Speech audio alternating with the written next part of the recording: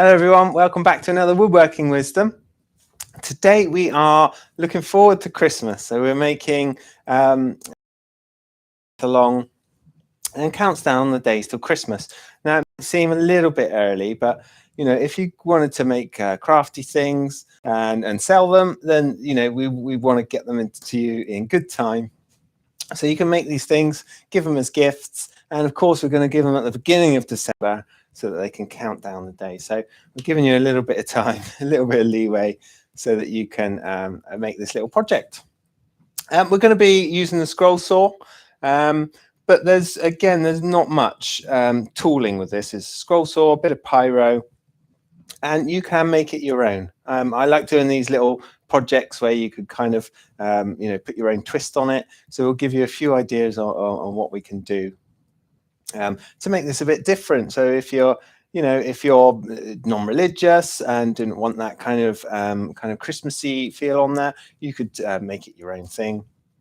But yeah, we'll give you a couple of ideas to make some different versions of this. We're going to start off by making a template, and I've got a bit of old cereal box on the bench here, and yeah, we're going to go right from scratch. We're going to make a cardboard template, and then we're going to use that to mark up our pieces of timber. And then, of course, if you've got that template, it's repeatable, so you can make you could knock out loads of these things. So yeah, let's just get to it. We're going to start off down on the bench here. I've got just a bit of cardboard, and this is just a bit of old cereal packet, and you can see I'm getting close to nearly using it all up. I've made 3 of these templates. We're going to start off by making or drawing an equilateral triangle. So the way we do that, you can make this different sizes as well, but we're just going to show you a little size that I've done. So we're just going to basically start off by drawing a straight line. This is going to be 45 mil. Okay, so that's going to form one of the sides of our triangles. We're going to get our compass,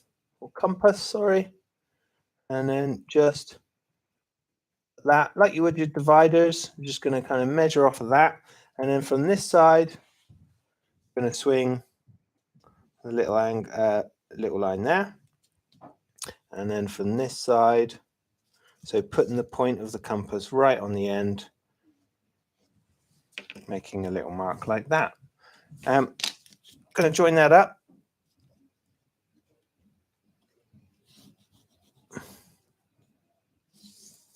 And make an equilateral triangle. So all the sides are the same length and all the angles are 60 degrees.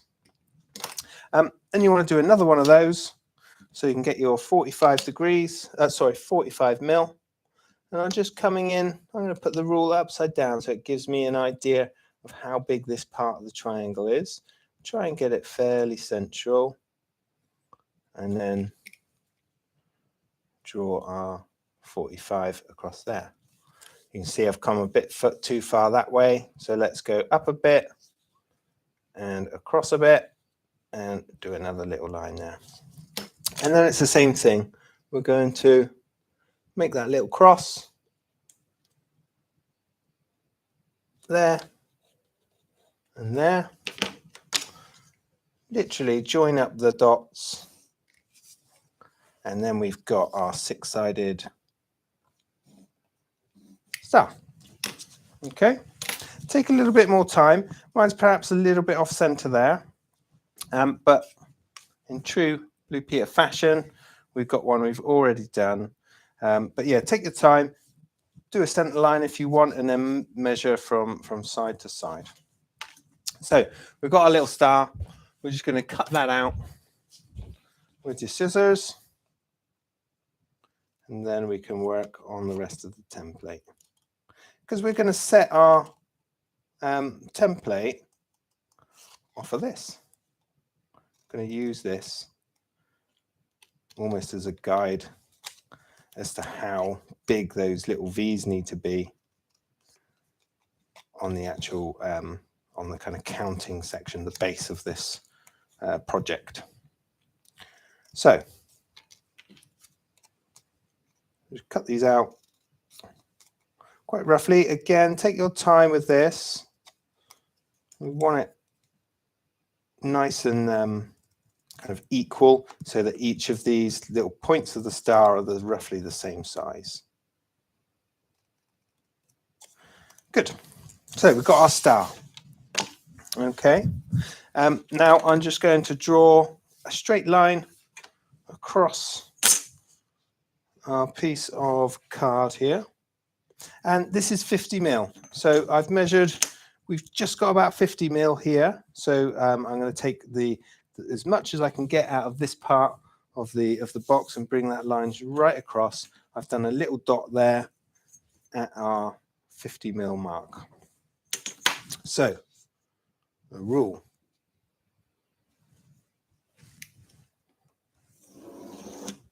Just going to draw our line across like that. And then we can use our star. If we lay that on top of that line, we can then draw our pencil marks,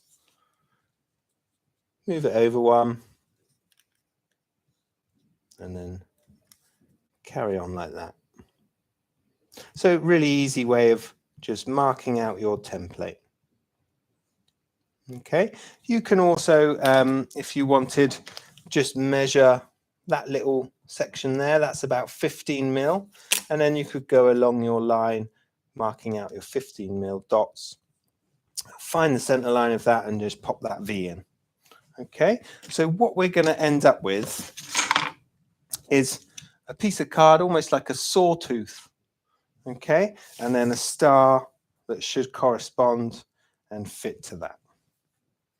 Okay, so we've got our little template. There is a step-by-step blog to go along with this video. So if any of that wasn't, 100% clear, we can always check on the blog, and also link this to a couple of other videos we've done in the past. So if you want to kind of dress this up a little bit differently, we're giving you some options with that. So we should have a star and our kind of zigzag tooth template. Of course, we need to consider how many of these we've got. We've got 24 little V's, and each of these are going to be numbered down the bottom of the V. I nearly forgot to introduce, sorry, we've got, if you wanted to ask questions as we go, we've got Colin on questions and cameras. So any questions you've got, pop them in the chat there, and then Colin can ask me and we'll do our best to answer. Okay, so got our templates. Now, I've just cut this piece of wood to length. I think this was about 450 mil. Yep, so 45 centimeters, 450 mil along. And that's kind of working with the pitch of those V's. And we're literally going to use our template to just mark off our little V's.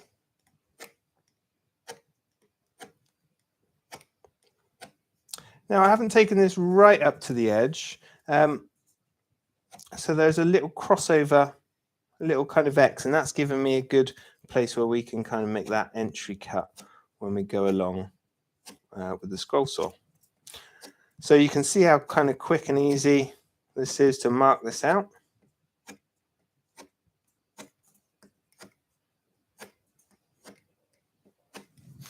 Just using a little mechanical pencil. Oops. Come off my line there.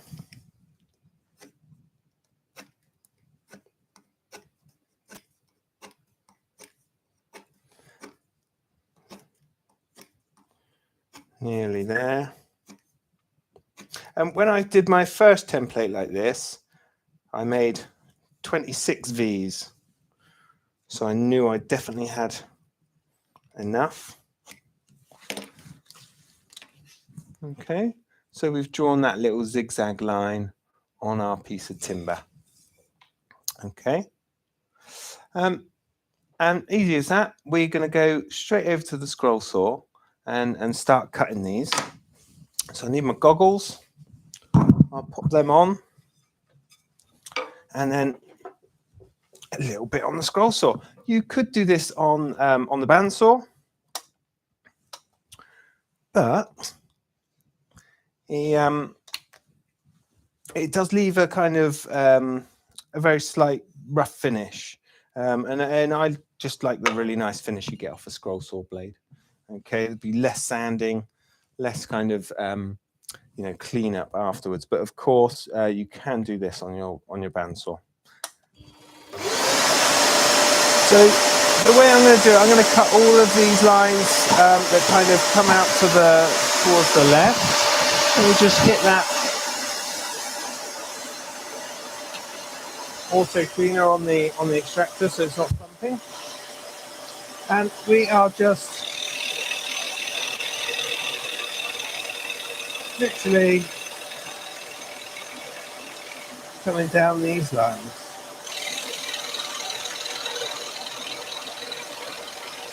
So really easy. Get my blower kind of engaged so it's clearing that cut line.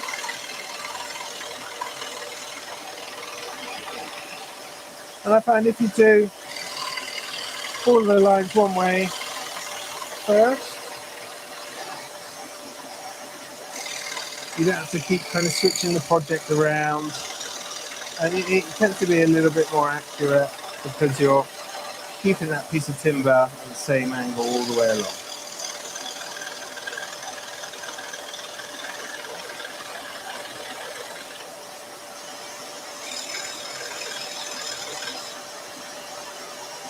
So we just carry on like that. I'll do a few more. So, as always, my favourite blade is the modified geometry number 5. Really nice free cutting blade. Gives a great finish, and also has that kind of upwards facing tooth. So you don't get any breakout along the back there. It's really nice and clean. Again, saves a little bit of time. Kind of on clean up.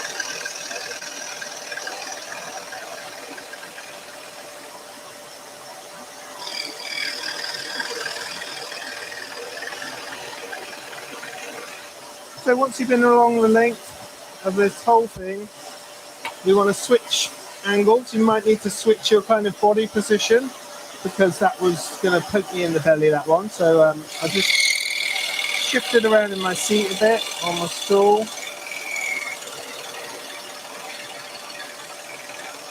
And we're just going to start popping out these little kind of V-shapes.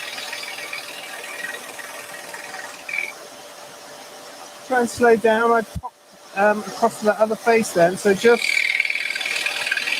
as you come into the kind of bottom of that little valley, slow the cut down, and the project should be, sorry, the waste should just kind of pop out.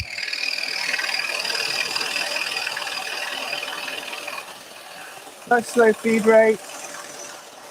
We don't want to you know, bend, distort the blade. You get time to cut.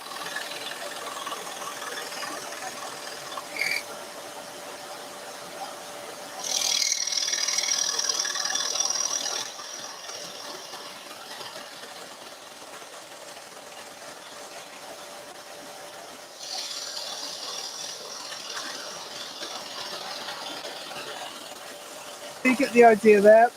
We are really just cutting this zigzag pattern right the way along our project. A little bit boring to watch me cut all of those. So we'll take this over to the bench and we'll start marking this up with some pyro. But really, we're just going to continue those cuts until all of these little kind of triangles are relieved. These could be quite cool for different projects. You can make little kind of snowflakes and things like that with them. So, you know, potentially another little project with all your waste bits. Okay, so we've got a question. Yeah, hi everybody. I've got a question here from Turn from the Tree. Question for Ben. What's the best pyrography tip profile and wire thickness for writing? So there's a couple of different ways we do this. You can either go with a really thin kind of round wire. Some people swear by the kind of ball tip end ones. I use just a round wire, but I tend to kind of hammer it out a little bit and flatten it so it's almost got like a blade. I'll show you it in a minute, but I like a kind of a flat blade, not because I like to kind of cut my pyrography in. If you're burning on the surface, you'll probably want quite a thin wire. Usually, if you've got a wire type pyrography unit, it usually comes with a selection of wires. And I would say experiment with different types. But usually for writing, you want those kind of free flowing curves. So you want to keep it a kind of round wire in theory. But I like to do it just slightly differently. And it does, the way I do it, kind of it restricts you on how small the writing can be. So if you've got very small handwriting and you want to do things really neat, I'd stick to that round wire. But I'll show you the tip that I use in a minute, and I make them myself. All right. Lovely. Thanks, Ben. And we're getting a few questions on the scroll saw. So the one you're using there is the 406. This is the 406 SS. Yeah, it will be the AP 406 SS on that one. This one's still got its old sticker, but these are soon to be replaced with the professional series. This is a really kind of top end scroll saw. It's lovely to use. So if you're looking at current price on that, when I would go to the website, look at the part number for the AP 406 is 107,653. I can give you a current price, but then if you view this in a year's time, it won't make any sense to anybody. Right. So go to the website yourself, look at that part number, guys, and you'll get the current price.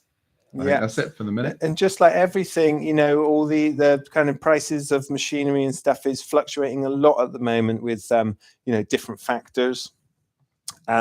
This is a lovely saw, and if you're you know, thinking of kind of getting into scrolling, quite often people get the kind of more affordable versions. But if you feel like that you're getting limitations through that machine, there's lots on here that are, you know, lots of little things that are great improvements.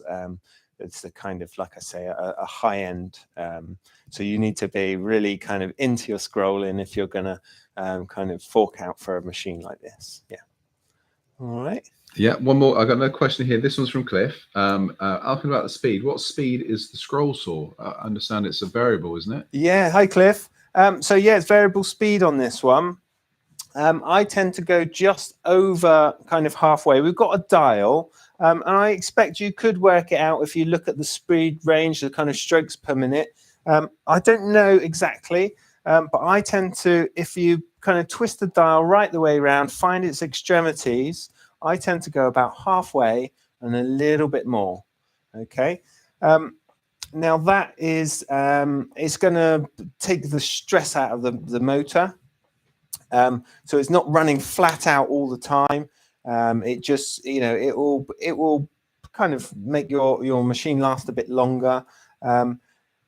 If you're doing, you know, it kind of depends on what sort of cuts and the thickness of the material.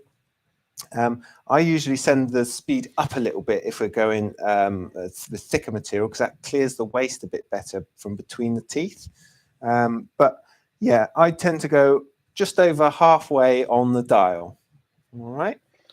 Thank you. Yeah, another one here. This is one's from Maria. Can Ben just explain, is that the one that used to be the EX series? Yeah, so these scroll saws, they keep getting rebranded. So you're looking at an EX16 here in the old version. This is the AT406 SS. So 16, what we're describing, that 16 is 16 inches from the back of the blade to the kind of throat of the machine, if you will, the back of the throat.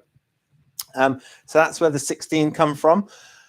Obviously, we are all metric now, so it's turned into 406, which is 406 millimeters.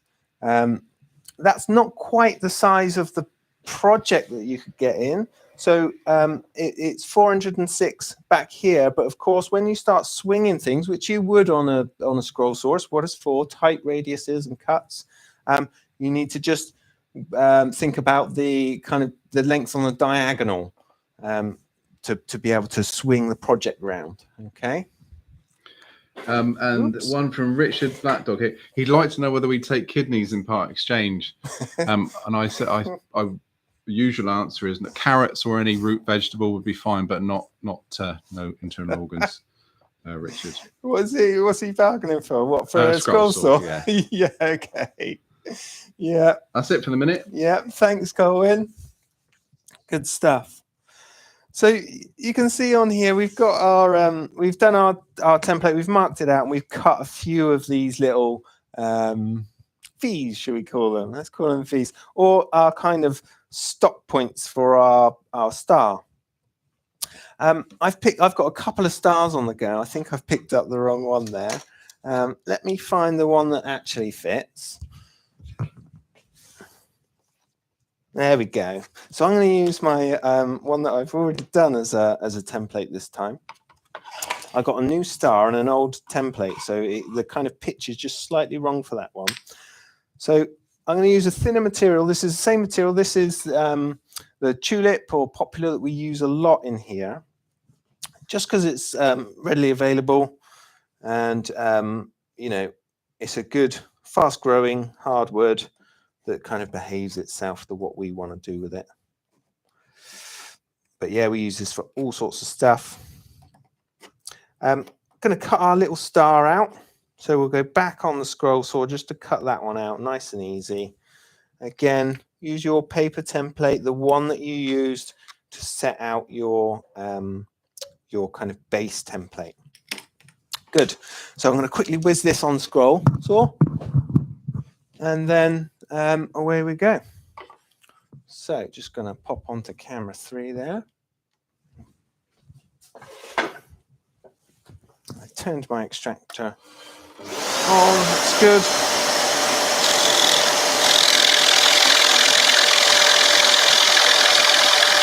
And I'm going to cut just inside the line, because the thickness of the pencil, and drawing around the other template, which is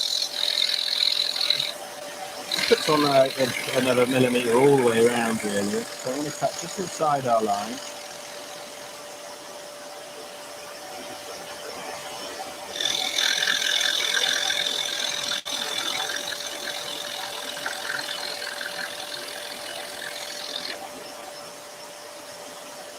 Let's just cut that off actually.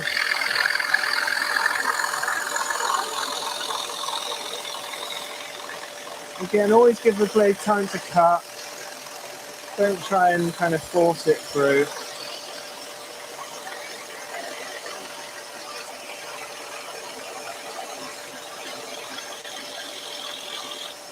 That's good. So I've cut that off, so I've got less distance to kind of come in on these angles, so I don't have to swing a bigger piece of timber around. Or cut through it and, you know, it reduces waste. So just cutting this little bit off.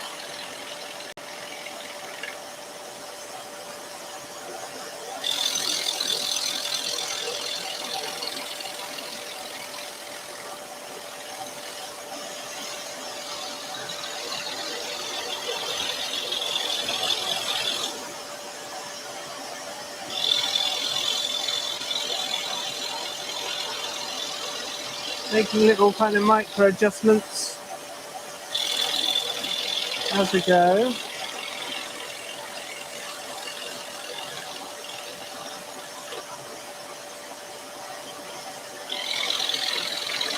Scroll saw's a funny machine really. You know, you think sometimes you're going in a straight line and it can kind of drift a little bit.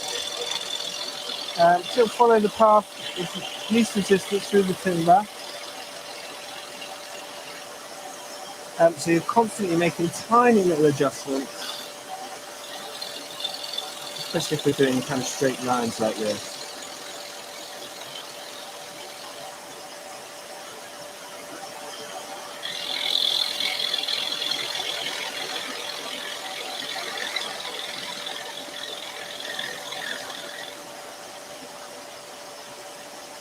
going to come back down this one just to relieve that last little bit, a little tickle there. Then we've got our star. Okay, so got another question. Oh, but it's Samantha Jolly. Sam's on the chat. Sorry, Colin, I'm just going to turn this off now. We don't need that anymore. Yeah, Sam's on the chat. Ben, what are the thicknesses of timber you're using? Thickness of timber, good question. I didn't tell you, did I? So what have we got here? It doesn't really matter. It's not critical, but I think this one was about 18. Yep, so 18 mil. That's a bit for a leftover from probably doing the dovetail jig, because we use 18 a lot on that. So it was planed and ready to go. And this one here is 10. So you can either what is nice to see is that the star kind of sits not the same thickness as the material, so it's going to kind of it looks like a different piece. Of course, you can change colors. You could use a gilt cream, so you've got a nice golden star. And you could do this different shapes. You could really use your imagination for this. We were talking a minute ago. Colin came up with a great idea of this. Looks almost like the top of a picket fence, and you could have your little red robin bobbing along. Okay, you could have this doesn't have to be straight and sawtooth. This could be slightly different levels, and you could have rooftops and Santa's sleigh kind of coming across the top there. It might take a little bit more thinking about and a little bit more tweaking with the shapes and making sure that it kind of slots in and sits in the right place and that your numbers are correct in their right place. But food for thought. Maria's suggesting penguins. Penguins, of course. Why didn't I think of penguins? You could have penguins going back to sea or something like that. It's nice that it has like a little story, I think. But yeah, why not penguins? You could have little icebergs or something. I don't know. But yeah, we could shoehorn penguins in somehow. So you can see this is kind of coming together now. We're going to use a little bit of pyro. And again, you could do this freehand, mark off your numbers in your own handwriting and then burn them in. I tried that and I've got awful handwriting. So I've come to rely on templates and stuff a lot. So I've just printed these off on a font site. We've got our numbers there, 1, 2, 3, 4, 5, 6, 7, 8, 9, 10. And then, just keep going with those numbers. Until you go right up to our 24. So yeah, we're going to pop our numbers on now. A little bit of our carbon paper or graphite paper, whatever you got. I'm aligning that one to that first little V, and it's important that it's in line with the bottom of that V there. I'm going to just bring our bit of paper up, and to keep them all nice and straight, I've cut them the right distance away so we can line our bit of paper up with this bottom edge here, and then everything's going to be nice and straight. So where are we here? We want our ballpoint pen. So we've got our 1. Now they're not spaced as these are. You could probably work that out, but I just need to shuffle my bit of paper along a bit. And we go to 2.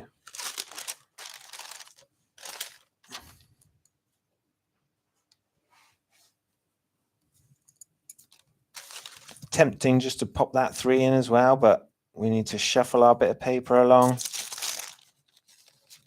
And 3. And so on and so forth until you go right up to your kind of 24. Okay, good stuff. So I think, Colin, I'm a little bit far back on that camera. if we can just go to camera 1, I want to try and zoom that in a touch. Sorry, folks. I want to, I just think it's quite hard to see. Be right back with you. And then if we go on to camera 2, hopefully we're still in focus. And that's a little bit better, a little bit easier to see that now. My apologies, I was a bit far out. So, Firewriter is a cool little machine. I use this thing tons, use it all the time. We are going to, this is the tip I was talking about. Let's go on camera 3 actually, so you can have a little look at this tip. I'm going to bring my pyro right to the edge of where it can be. And try and get, here we are. Hopefully that'll focus in.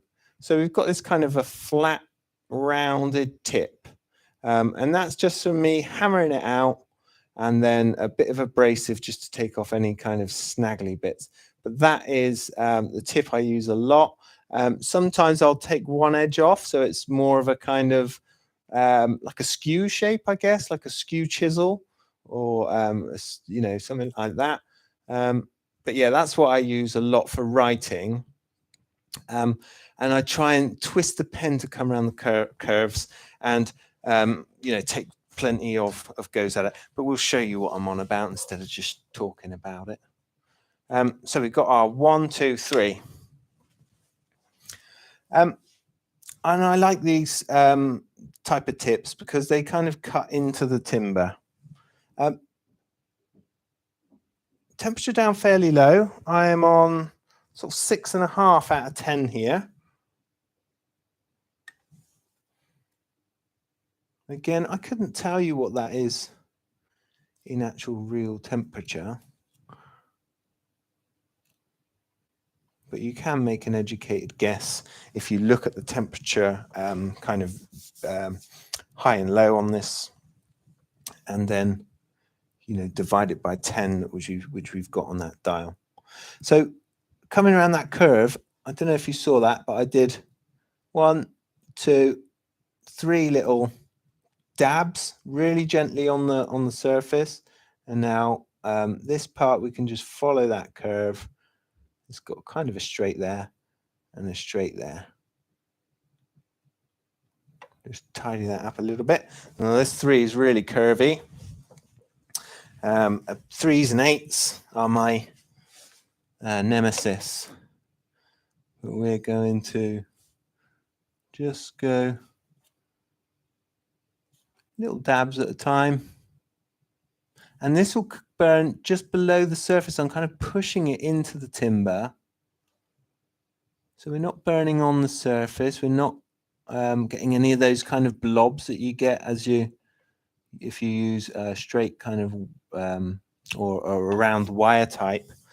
So yeah, you can either do lots of little flats to create a curve and then twist the pen to create a bigger curve. Let's flip this over and do some doodling on the back. So these kind of flat ones, you know, they don't really like to curve too much, but you can twist the pen to create curves. Oops, sorry, sliding there. Let's try that again the other direction. So you can twist the pen to create a curve. But because it is flat and sharp, it's really good at making these really kind of quite fine lines. So I tend to do probably about 90% of everything I do with this type of tip. And if there's any little, really small little circles or anything like that, I'll switch to a round wire, and that will get you the tighter curves. Okay, so we've got the beginnings of our little project here. We've got our 1, 2, 3, and then we got one we prepared earlier. So again, we're just going to finish off a couple of these numbers. And I'll try and whiz through it a little bit. And just wait for that tip to heat up. It doesn't take long with these wire types. And we've got that curve, so we can twist the pen up round. Got a little scorch that's just there, but that's just on the surface. When I sand this, that should disappear. Got a tight curve, so lots of little dabs to come around there, and then I can just finish that off. Like that.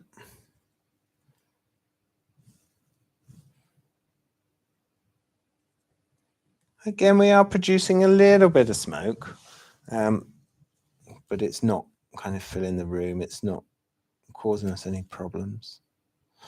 Charcoal filter if you're, sensitive to it, or crack the window. I tend to do stuff if I'm really going to town with heavy texturing or something. I tend to do that either in the garage with the garage door open, or just outside in the summer. I wouldn't want to be out there now. It's a little bit wild out there at the moment.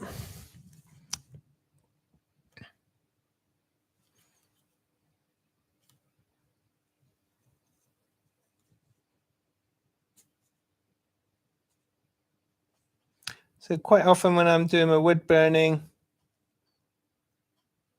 I'll bring in my other hand as like a support, something to push against, something to kind of stabilize me, because I do get jittery hands a little bit, especially live on air.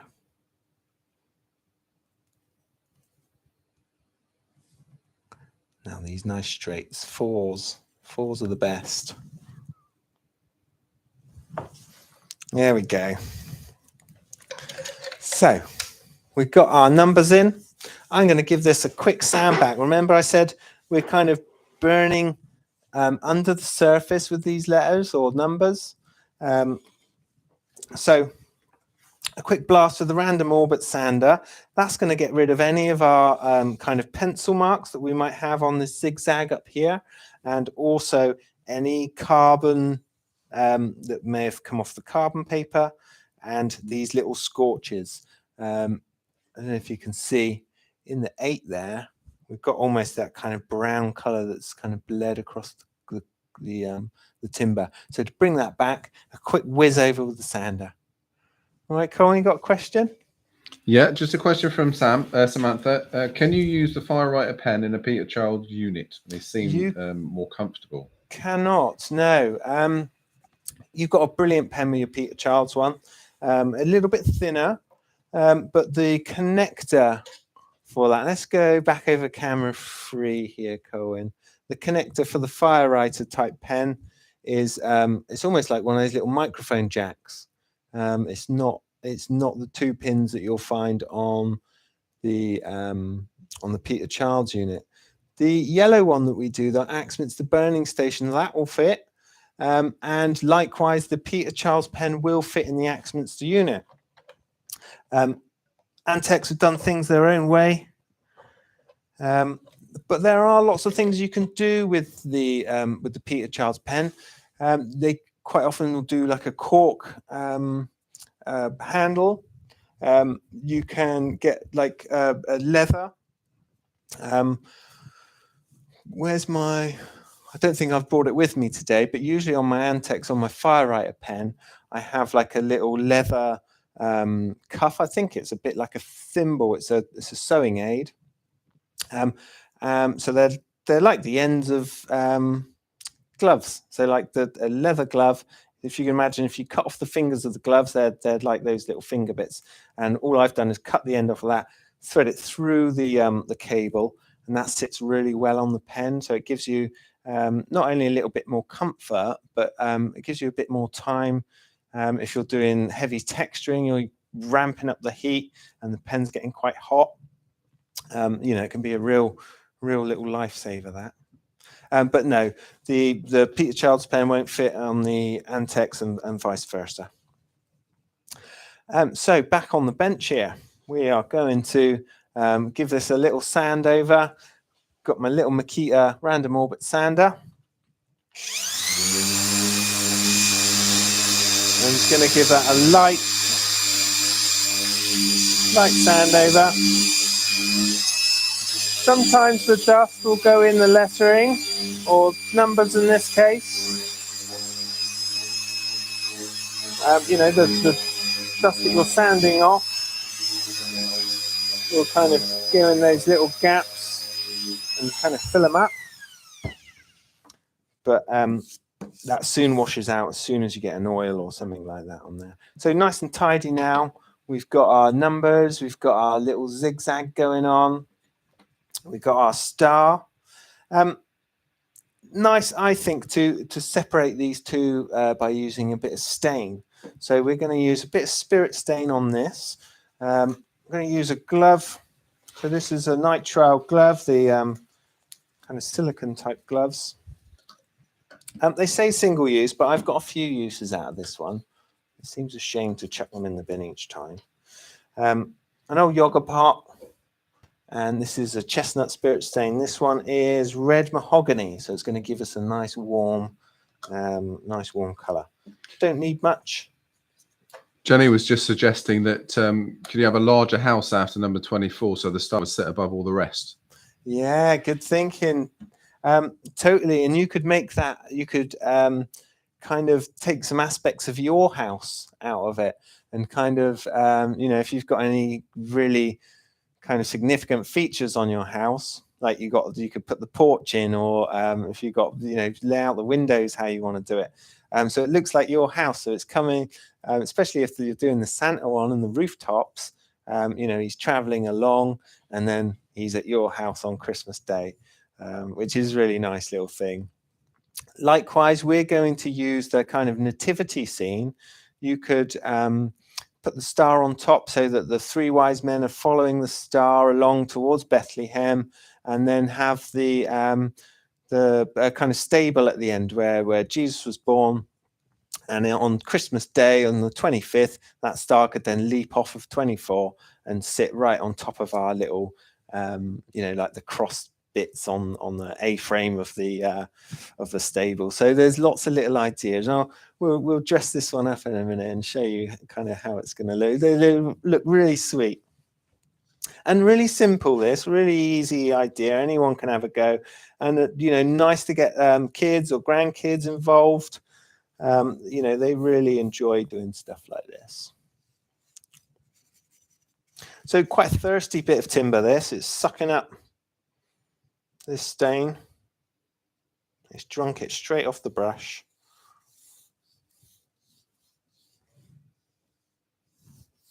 Gone a bit dark there, I feel. But you could sand this back and give you some really nice, you know, where the grains kind of pulled it in a little bit more. It will just lighten up that that surface. So coming along. Sorry, I'm trying to keep it in shot now. I've zoomed in. So these spirit stains are really easy to use.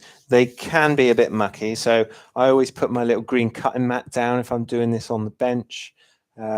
Make sure we're getting in on all these little teeth here. So again, this is almost like end grain in here. It's going to drink it off the brush. Just make sure you get in there and do all these little V's.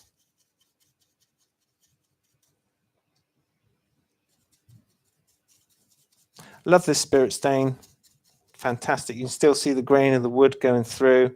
Gives you that really nice rich color. Great product, this chestnut spirit stain. Again, love the rainbow colors. This is just a kind of mahogany wood stain. But you can see how that kind of really warms up the piece. Perhaps a little bit too dark. I slapped it on a bit here. But you can still see the numbers. You can still see what's going on. Okay, so we're going to fast forward again. We're going to find our one we made earlier. Take my gloves off. I think I'm just going to, sorry everybody, just zoom back a touch. And then we can bring in. There we go. How's that? It's just framed up perfectly. More luck than judgment, I think. So we've got 1, 2, 3, 4. So we're going from that direction. We've got our star that will fit that we used on our template. That's again not quite the right one, but you get the idea. We've got our 3 wise men. I'm going to put one in front. A couple in behind. We've got our little scene here. Let's just shuffle this forward a little bit. We've got our little bit here. So you can dress this up how you like. Sorry, I'm making a bit of a meal of this. No, I'm giggling. Maria's just suggested 3 wise penguins. Yeah, of course. 3 wise penguins. What would they bring, Maria? Gold, frankincense? I don't think there's much of that in the Arctic. Sardines. Sardines and herrings and shrimp or something. So we can start to build a nice little scene here. And of course, as the days count down to Christmas, your little star moves along. You could color this with a gilt cream, make it gold. You can, make these numbers a little bit more vivid. It's not really looking the best on camera there, but they, to the naked eye, they're really easy to see. And start building a little scene around it. So you got this one. We're doing the 3 wise kings, following the star to Bethlehem. And if we wanted, like I was saying before, you could put a little V shape on here so that this A-frame kind of continues up and that your star lands on top on Christmas Day. And that's it. Okay. So I think that was, easy to understand. If you've got any problems, we have done this one as a blog as well. So check out the blog on our knowledge at the moment. There's the step-by-step guide on there. But yeah, nice little easy kind of looking forward to Christmas with our nativity, or, it could be a red robin. It could be Santa going across the rooftops. So lots of things you could do with this little project. But nice to, of course, the penguins. Let's not forget the penguins. But yeah, make it your own. Put your own spin on it. Just a nice little thing for looking forward to Christmas and that anticipation of moving the star along. And if you're, a chocolate fiend, you could use little, you get those little kind of eyelets and things, or little hooks. You could screw them up into the bottom of the thing and put little kind of pouches on if you wanted to put little gifts or chocolates in it. So yeah, you could have little kind of stockings, little miniature stockings hanging off it. Really make it your own. Lots of different ideas there for you to have a go at. That's about it for today. Thanks for joining us on our Woodworking Wisdom. Big thanks to Colin for looking after us on the cameras and questions. Thank you so much to all our regulars for tuning in. And hopefully we're getting the Christmas spirit kind of getting going early on the Christmas spirit. If you've liked this video, please hit the thumbs up, subscribe and all that jazz. And we'll see you again soon. Thanks very much. Bye-bye.